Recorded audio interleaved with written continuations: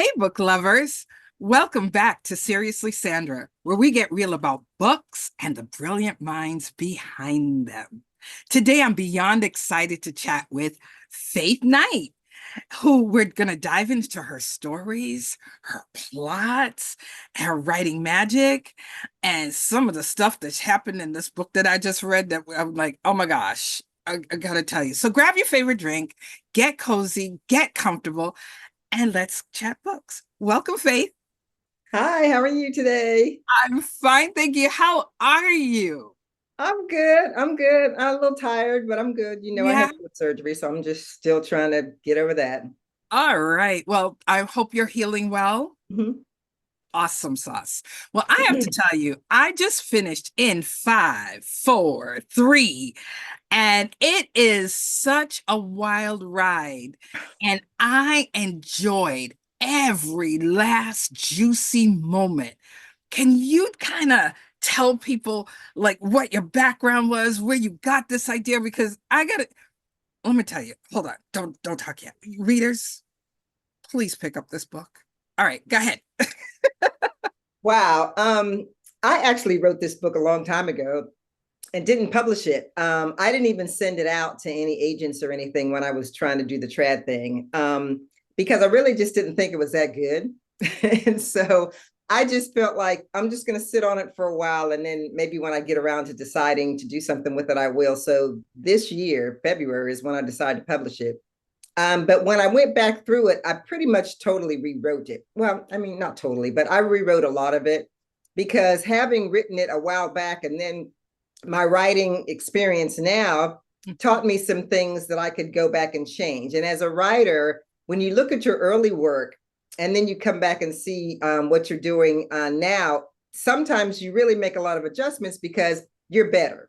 And I was better. And so I went back and made some adjustments in the book to make it better. But I can't really say that I know exactly where I got the idea from the book. But I tell you what, when I did decide to write this book, I had been writing nonfiction before. I wrote a couple of nonfiction books.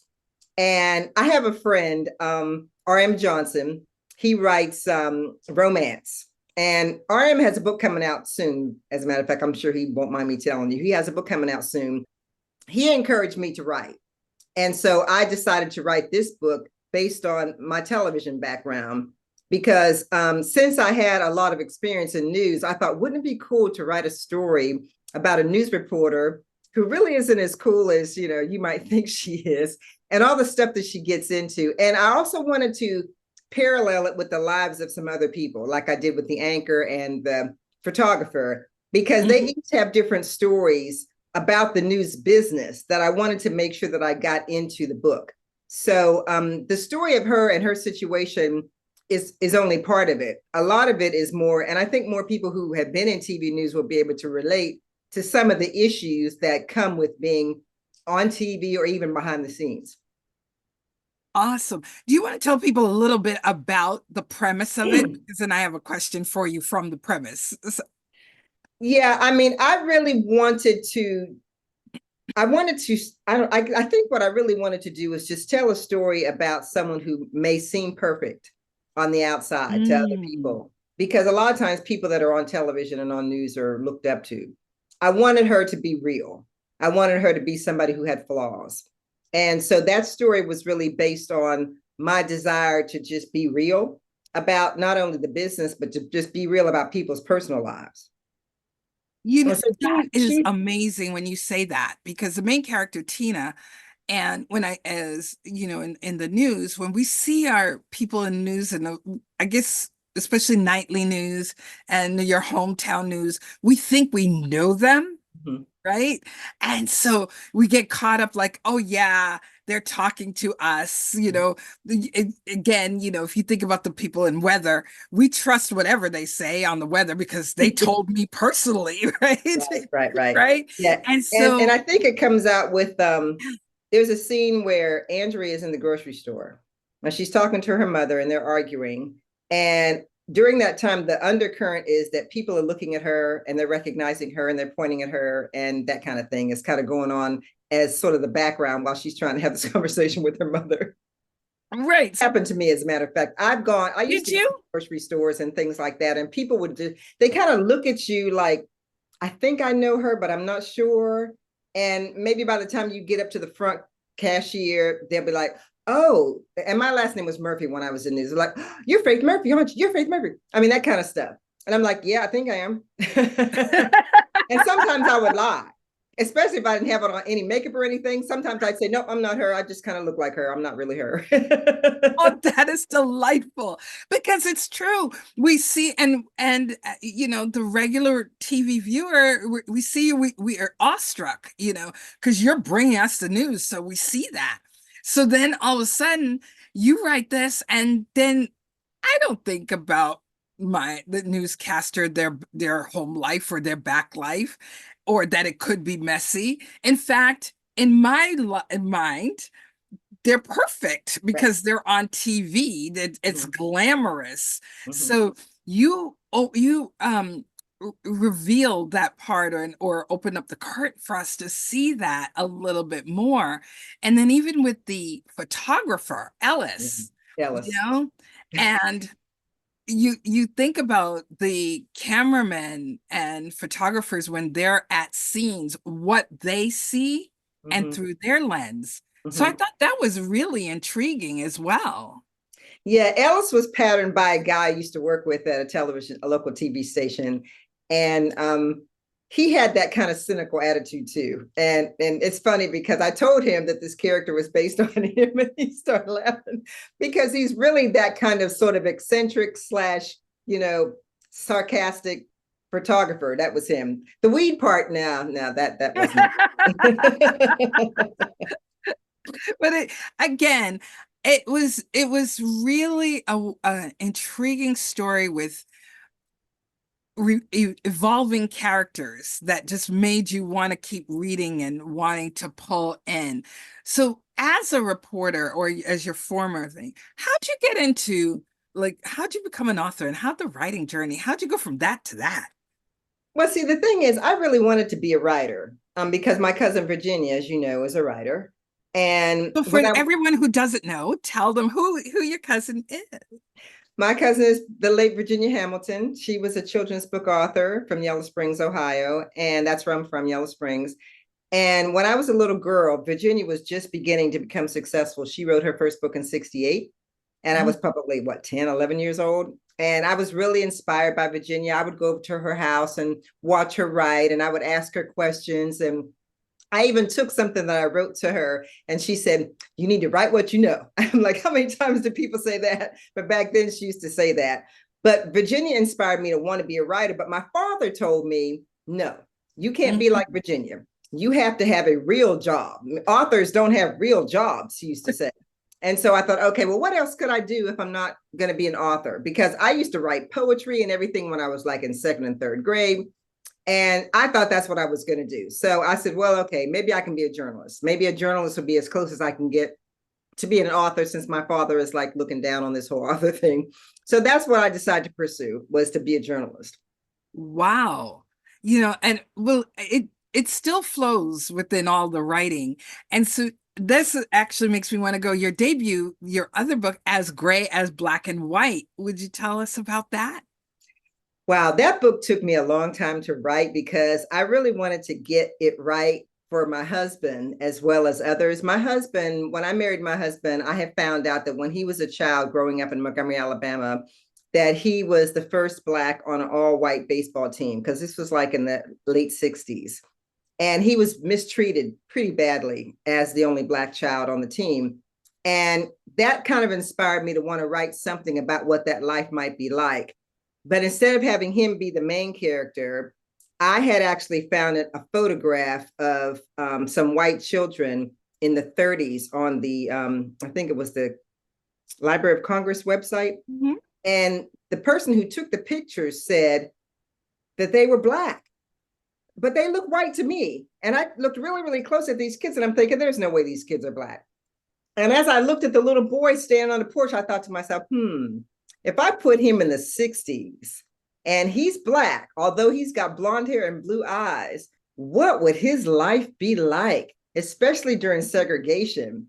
And I thought, this is perfect. I'll put my husband in the story as the baseball pitcher, but this kid's going to be the lead because I really want to know what his story is. So a lot of times I write because I want to know what's going to happen. And that's why I wrote that one. I wanted to know what would happen to Mark as he made this transition from, thinking he's a full white child to finding out that he's mixed. And I love that even within the title, as gray as black and white, because in today's world where there are so many multiracial and Mm-hmm. multi-ethnic, that you can be more than one thing. Yes. Whereas back in the 60s and to the whole one drop rule, Mm-hmm. Yeah. what that does. So Mm-hmm. bringing that, now you wrote this one more for the YA crowd, Yes. is Yes. that This is a young correct? adult book. Mm-hmm. It's, Yeah. and why But I did you mean, a choose? lot of adults have read it. I think more adults have read it than young people have read it, to be honest. But yeah, I made it young adult because my protagonist is 14. Mm-hmm. Ah, so which do you like writing better, for young adults or for the adults? Well, that's hard because I'm a big historical fiction fan, and I love historical fiction, whether it's adult or young people. Most of what I've written has been for kids. I've written middle grade books, and I've written a couple of YA books. But I'm thinking now that I'm older, I kind of want to explore more of the adult realm and what goes on in people's adult lives, and especially things that have happened to me in my past. I would kind of like to explore a lot of things that could possibly happen to people, as Mhm. they age. So that's kind of why I decided to move into the adult realm. I love that. It's really interesting. So do you, now these are the two, and 543 is out now. Mm-hmm. Yeah, it And came out in February. right, what else are you working on? Is something you working on something new and juicy? Because you can tell us and we won't tell anybody. Just I'm just leading in, but I promise you it's safe here. Okay. Well, I just finished the sequel to one of my middle grade books called The Hair Dare. It's called The Hair Dare, Ah, and it's going to come out in August because some people who had read the first one kept asking me for a second one. And it's set in a little hometown that I grew up in as well. So I'm writing that one. I finished that one actually. But what I'm working on right now is a cozy mystery series. And yeah, I wanted to do cozy mystery because I don't, not just because I'm older, but I think I can relate more to cozy mystery. And I'm finding that in some of the things that I have written, there always seems to be some kind of mystery about the, in the books that I've written. There always seems to be mhm. some kind of mystery element in all of the books that I've written. And I thought, well, since that's the case, maybe I should just start writing mystery. And so I decided to do that. And my protagonist, her name is Dee, and she makes custom wigs, and she does wig reviews on YouTube. But she's also a sleuth. Oh, Yeah, so she gets into a lot of things. She kind of gets pulled into things because of her creating these wigs for people and going to these different events and stuff. And she kind of gets pulled in because of that. So yeah. very cool. So this is sort of a leading question to your last question. What do you do when you're not writing? Sleep. Yeah, my husband, he's funny because when I retired, my husband said, I'm going to give you 2 weeks. He said, you'll be doing 15 things instead of retiring like most people do, where they just relax and retire. He says, you don't retire. And he's right, because I sew. I have a Hmm. YouTube channel myself. I have two. No, I have three. I have three That's YouTube channels myself. I'm on social media all the time. Um, and again, I do wig reviews, just like my character in my new book. And so I'm busy doing that because I have sponsors now. So sponsors expect you to put their videos up on a regular so basis. can you just, and that's why I wanted to, when you said when I asked you, what do you do when you're not writing? Because you talked about the wigs. And Yeah. I know you have a wig channel. In fact, readers, I was having a crisis moment one day. I'd gotten a new wig and I was trying to figure it out. And I had texted Faith and said, help. And she's like, yeah, I have a YouTube channel that does this. And I'm like, I didn't ask for the YouTube channel. I asked for you. And she just started Yeah, laughing. I've been So doing can it you since talk a little bit about 2018. that? Yeah, I started in 2018 because I thought, well, there's no mature women who are reviewing wigs. At least they weren't in 2018. There are some Mhm. now, but it was mostly young people. And I thought, well, I see a lot of women in church with wigs on. So, and they're not kids. So I thought, this would be kind of a cool thing to do. So I just did it. So what inspired you to do that? Where'd that come from? I actually had been losing my hair during the Mm. period of that I started this because I had been unemployed and I was like stressed. And I thought, well, let me go find a wig somewhere. And I had an old one that I had bought years before that. And I thought, can't put this thing on, it looks terrible. So I thought, well, let me go on YouTube and see if there are people who do this, who can tell you what kind of wig to buy. And Hmm. that's when I found some of the people that I found on there and decided that, as I watched them and saw what they were doing, I thought I can do this. And we need more older people to do this. So I thought, after I watched them for a while, I just decided to start my own channel. Well, I have to tell you, yes, the channel's amazing as well. So we'll definitely put that in and put the link in at the end because I have to tell you, it was a great help to me, because I was like, I don't know I what to do. And it was just so delightful. You started laughing, but not at me, with me because you understood and that was an interesting struggle to that. Yeah. So taking that for the adults and now translating that into your hair day for kids. Talk Mhm. about that book a little bit more. The Hair Dare? Hmm. Yeah, that book is about two twins, or a set of twins. And the way my log line is, they're identical twins with unidentical hair. One of them has straight hair and the other one has an afro because they're biracial. And they get into this situation where one of the girls, the girl with the straight hair, Camille, she enters a shampoo contest.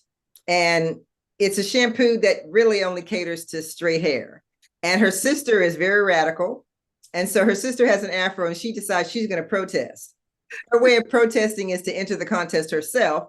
And if she doesn't get picked because she has an afro, she's going to boycott. And so that's how the story starts. And so they're both at each other all the time. Camille doesn't want to do it. Mavis does. And they just kind of go at it. And so through the whole book, they kind of struggle with what's really important. And Mavis finds out at the end that maybe what her focus was not exactly correct. And that there might be something, else to this. So, yeah. Ah, awesome. Oh my gosh. And it Wow. takes place in 1973. I love that you are doing these stories and finding. So you got 1973 and Hair Dare.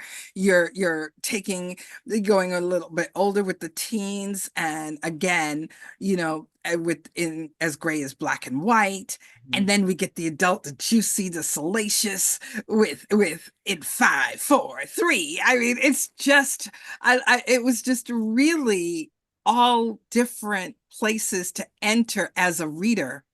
And wherever you enter, I have to tell you, readers, you will find so much delight and joy. All right, so switching up for a little bit. What are your talking about book recommendations and books? What's your favorite children's book? Wow. My favorite children's book is Each Kindness by Jacqueline Woodson. I Okay. actually have that book over here. Uh-huh. I love that book because it's very simple, but it tells a really important story. I mean, it has a really important theme about children and how they treat each other and how you can hurt people's feelings without even realizing it because you're not inclusive. And that book, it really touched me. And I read it over all the time, even though I think it's a, what do you call it? I think it's a picture book. Yeah, it Oh, is. okay. Yeah. Can I grab it? Absolutely. Yeah. Oh, I love to look at their bookshelves Yeah, when they're this is Each Kindness by Jacqueline Woodson. I bought uh-huh. it. It has library stuff on it, but I bought it. That's right. And I just love it because I mean it's got simple pictures and things in it, but it really tells the story of a little girl. The little girl in the pink is the one who's being shunned, and Mm-hmm. the other three girls are friends. And the little girl comes to school with kind of ratty dress on, and she's not, she looks like she's really poor, and they sort of are critical of her because of that. They don't want to play with her or anything. And at the end, she leaves the school. Her family pulls her out. And so the teacher tries to teach them that what they put out is what they're going to get back. Yeah. And it's a great story. I love what Jacqueline did with that book. And it's so simply written, but it's so powerful. And I thought to myself, man, I would love to be able to write something simple as well as powerful like she did. So yeah, that's Wonderful. my favorite children's book. I And I have love to it. say that I also love my cousin's children's book. But this one is really close to my heart. Each kindness is really close to my heart. Oh, wow. Yeah. Now, if you were going to donate 3 books to a library, that they were going to be, what 3 book that you absolutely love and you would want to make sure that every library had, or a library that you were going to get donated in your name, what Do would it they be? have to be brand new? No, they can be anytime. The only one the thing I say, I tell, not your own, but just, 3 books. I would first recommend Zeely, which is my Hmm. cousin Virginia's first book. And I actually bought that one from a auction. Oh, wow. It was a first edition that was on auction, and I bought it because I wanted to have it. I had that first edition book years ago and lost it somehow. And when I saw it on auction, I thought I got to have that. And so I bought that. But yeah, Zeely would be the one that I would recommend. The second book I would recommend would probably be Caucasia by Tanzy Kohl. I Hmm. don't know if you've read that, but that's another book about 2 sisters, one light skin, one dark skin. Their parents are father's black, mother's white. And they were in, I don't know if you are familiar with the group called the Weathermen, but there was a group in the 60s called the Weathermen. And they were like this underground radical group, kind of violent. And their slogan was, "You don't need a weatherman to tell you which way the wind blows." Oh. And they were very powerful, but they were very radical. And in this book, she talks about how the 2 girls were kind of, I guess they were not just left alone in some instances, but they were separated in the book too. But it's a very, very good book, very powerful book about relationships and family and stuff, Wow. especially in a serious family like that one was. It was a really, really good book. And Wow. the third one would Yeah. probably be Tumbling by Diana McKinney Whetstone. Hmm. I love her, and I don't think she gets the recognition that she deserves. She's written several books. Let's see, it was Tumbling, it was Blues Dancing, and there were a couple of others that I own. I actually have them over here. Um, I just love her, and I mean, I wish she had written more books, and I wish more people would know her. So those would be the three.